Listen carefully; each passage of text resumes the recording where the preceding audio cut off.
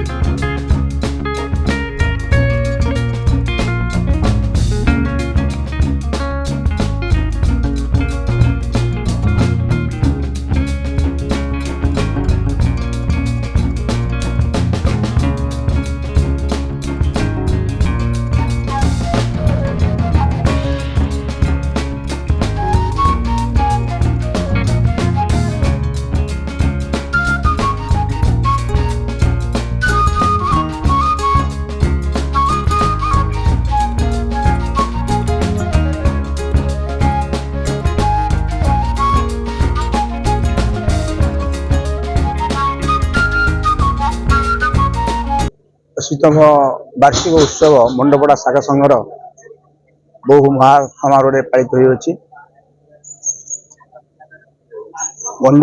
मंडपड़ा शाखा संघ बहुत पुरातन शाखा संघ।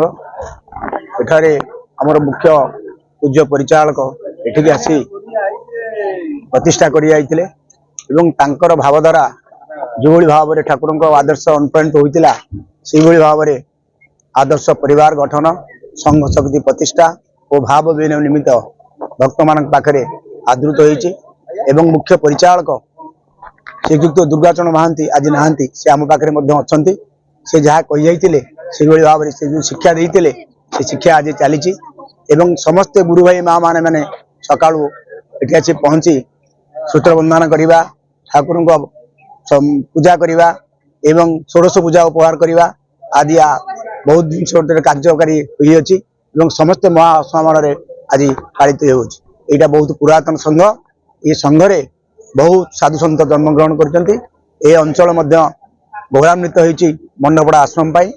आज मंडपड़ा आश्रम ओडिशार प्रथम सर्वपुरातन आश्रम।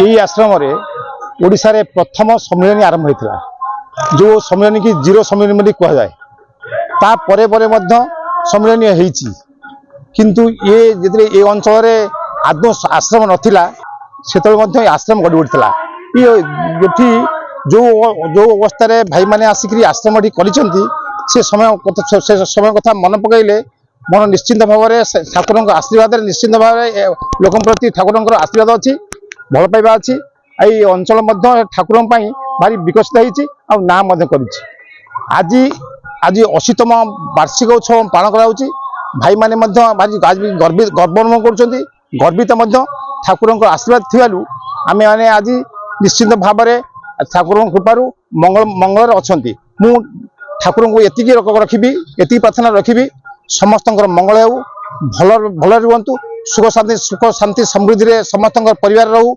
ये कथा ठाकुर पाखे आज कामना करी।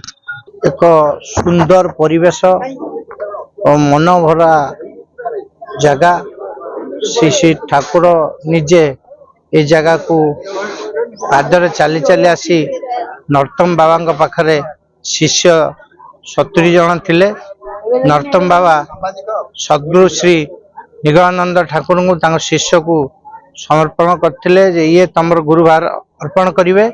सेही भावधारा रे मंडपड़ा grammar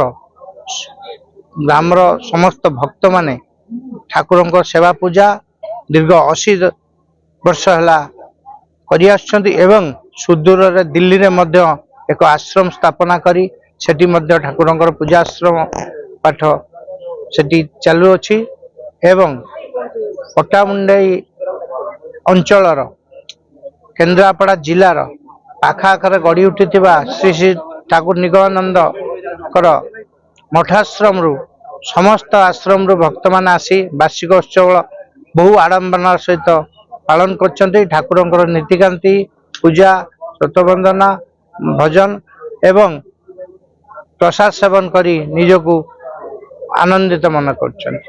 ପଟ୍ଟାମୁଣ୍ଡେଇରୁ ଶ୍ରଦ୍ଧାଙ୍କ report, Odisha dream TV.